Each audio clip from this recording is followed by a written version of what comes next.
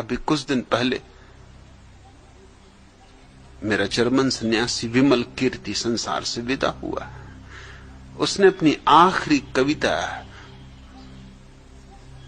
जो मेरे लिए लिखी, उसमें कुछ प्यारे वचन लिखे थे।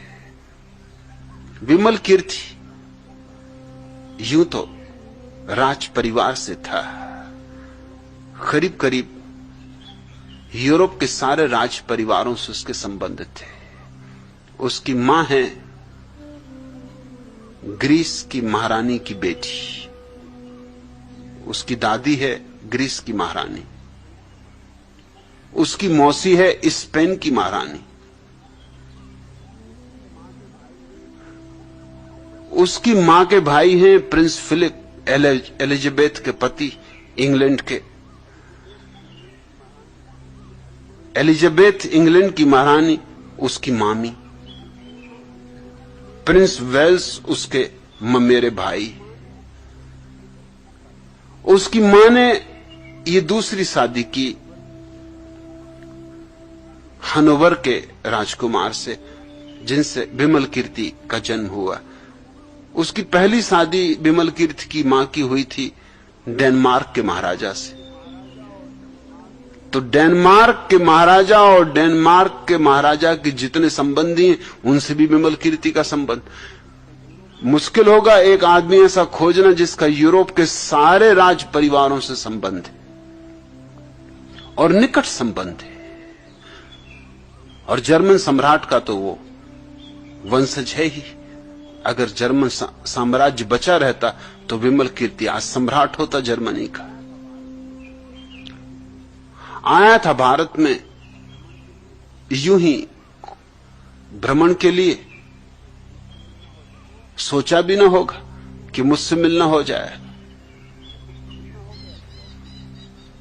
इधर मुझसे मिलना हो गया तो लौटे ही नहीं। और उसका समर्पण कहा जा सकता है।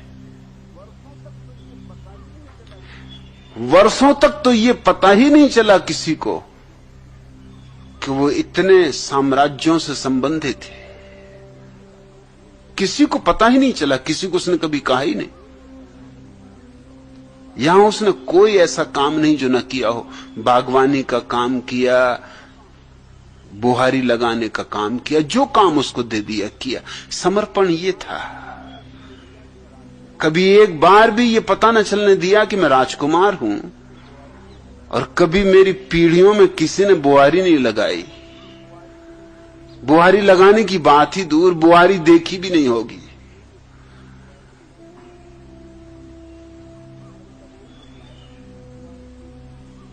फिर वो मेरा पहरेदार हो गया, मेरे दरवाजे पर पहरा देता था।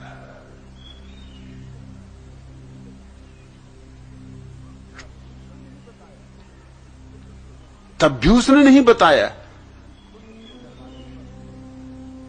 कि खुद उसके दरवाजे पर पहरेदार हुआ करते थे।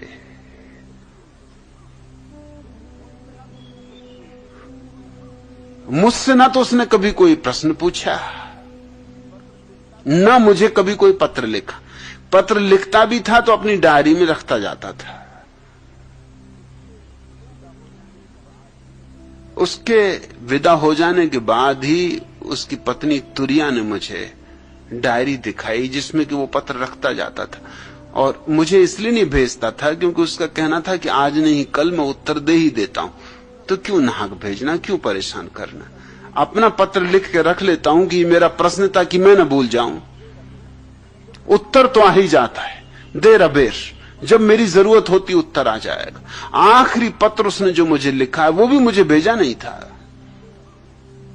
उसमें उसने लिखा है कि मैंने कभी सोचा भी न था कि जीवन में इतना आनंद भी हो सकता है, और मेरे सर्वाधिक आनंद के वो क्षण हैं जब मैं आप दरवाजे के बाहर निकलते हैं और आपके पर्दे के बाहर पहरा देता हूं और आपके पैरों की आहट सुनता हूं।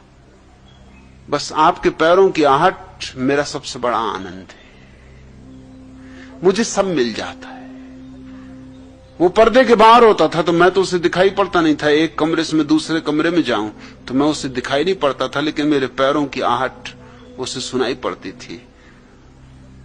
वो कहता था 24 घंटे भी मैं वहां बैठा रह सकता हूं, बस दिन में 2 बार आपके पैरों की आहट सुनाई पड़ जाती और मैंने सब पा लिया। इसे कहते समर्पण। विजयानंद के समर्पण को समर्पण नहीं कहते। तो विमल कीर्ति विदा भी